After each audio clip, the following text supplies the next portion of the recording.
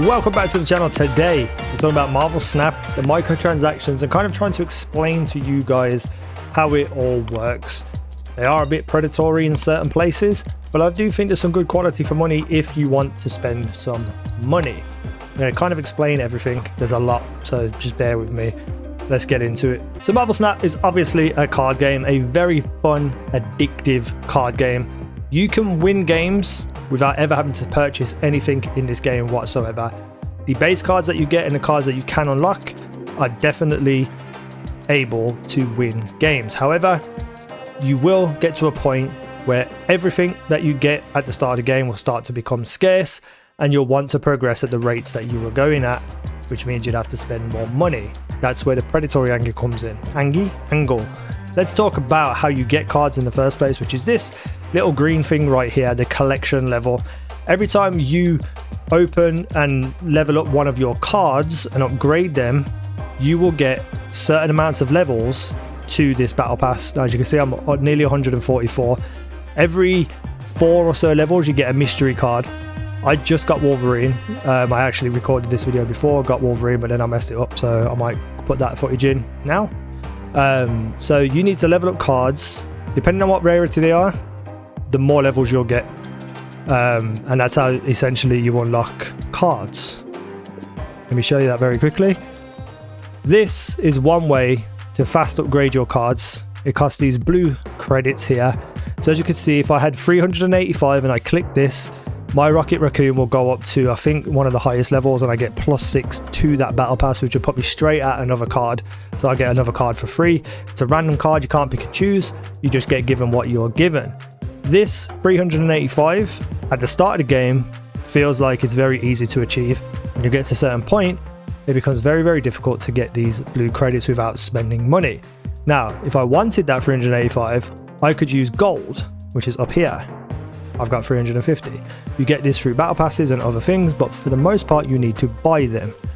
If I wanted to get this here, 385 plus a 400 and then an extra 50, if I wanted to get these two to get 8 levels, I would have to buy this 500 and potentially a 150 as well. So if I needed 520, I would have to buy the 700 for £9 just to get access to 1 or 2 extra cards for free.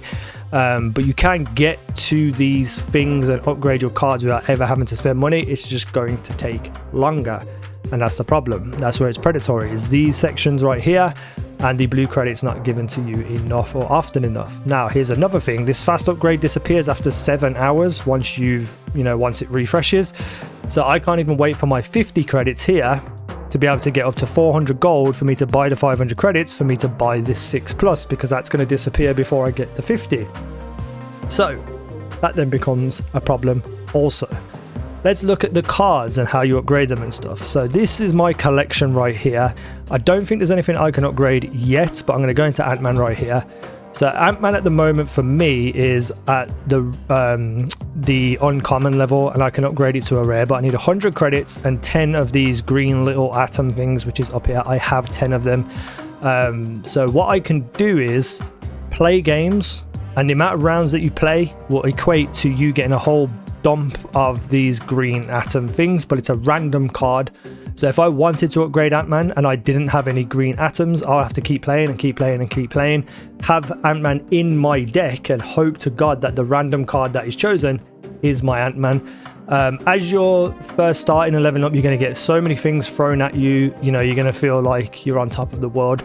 You're going to be upgrading random cards, so it's probably cards you don't even use anymore when you take them out of your circulation when you're building decks.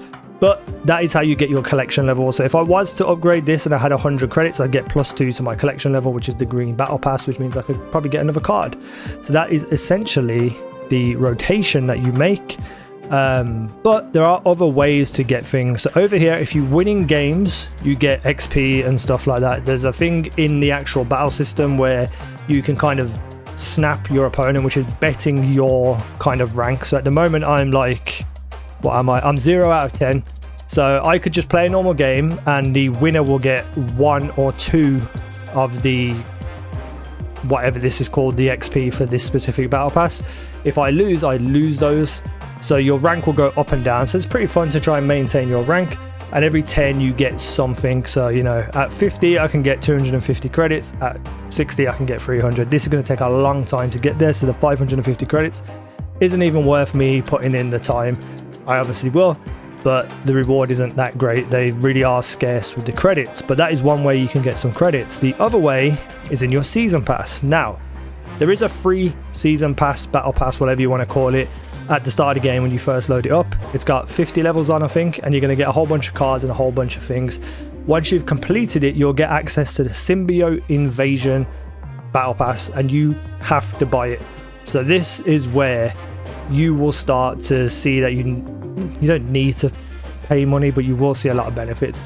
I believe it's worth it. It was $8.99 for me without the extra 10 levels that you can buy for more money. I'm already at level 24 with it, and I'll show you how to unlock levels and stuff in a second. But you pay $8.99, and when you get to rank 50 on this battle pass, it doesn't go away. Then you have season caches all the way down as far as your mind can take you, and season caches are cosmetics or currency, which is variants of cards, or the currency, which I assume is the blue credits. So depending on how much comes out of that season cache per season cache, it may be worth the $8.99 to pay if you really want to kind of like push forward with this game, because you'll be getting credits hand over fist. Now, how do you get levels on this battle pass? You go to missions. Missions here, you get daily missions, right? So there's so much in this game. I am currently on, I've got 1 of 6 missions because I've already completed 1. You get 2 at a time. When you complete 2, it disappears and you have to wait 7 hours, or you can spend 120 gold to refill your missions so that you can do more daily missions. Okay, I am currently on play cards hard. I get 100 blue credits and 50 XP towards this battle pass up here. Each level of this battle pass, which is the one we just saw with the season caches, is 1,000. It always stays at 1,000 every single time that you level up anything. So that's not predatory in any way, shape or form, and most of the challenges you'll do will give you 1 level per challenge. Anyway, 100 credits, 50, because this is hard. This is just playing the game. You're going to play 30 cards. There are other ones that you can do where, like, win a location only using 1 card. You're going to get way less credits, even though that technically is harder than playing cards. So the daily missions need a bit of work and rework, in my opinion. I don't think the credits are enough in return for what the time you're putting in. But once you do all these daily missions, you're going to level up and get things. Then we have these kind of like chapter battle passes again, where you complete missions. So I've already completed chapter 1. I've done all of them. And that's what kind of got me my 24 levels, as well as some other ones. Now I'm on the last one of both of these. This one, I have to complete daily missions. Now, as I said, you only get 2 at a time if you don't spend the gold to refill them, which means to do 15 missions, it's going to take me about 7 days, or 7 refreshes, I should say. So it's not the quickest way to do it, but when I do it, I get 800 XP going straight into here, which will level me up once, and then I can claim this whole thing here for 2,000, so that'll get me another 2 levels. That's 3 levels straight away. Same with this one down here. Complete a full weekly challenge will give me 1,050 and then an extra 2,000. So there's basically 6, potentially 7 levels right here, just in these 2, as well as like the 7 or 8 levels that I got out of this one as well. So, you know, you kind of just have to do it. Now the weekly challenge is up here, where you have to basically just do completing daily missions, which I'm going to be doing anyway because I've got to do it for the other one.